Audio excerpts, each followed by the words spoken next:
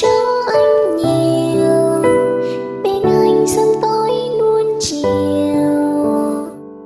Có anh chỉ là giống như người lạ thoáng qua, đâu để tấn công nhân anh giả vờ hạnh phúc.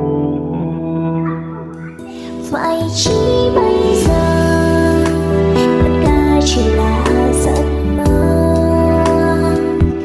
một thương hai chờ, anh nghĩ em cũng không ngờ.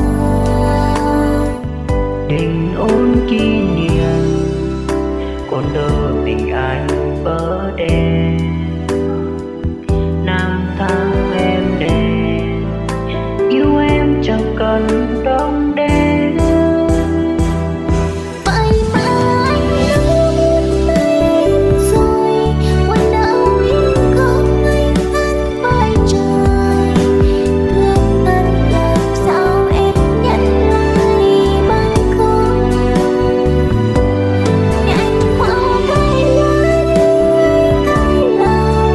Sao tim em không ngừng nhớ mong em bao giờ vẫn quên người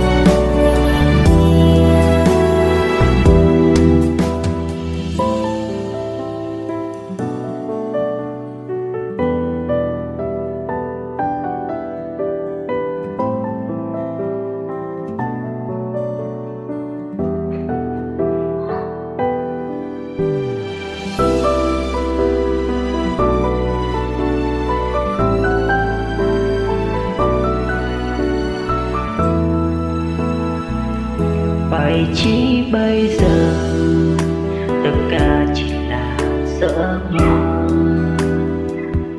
mùa thương hai chờ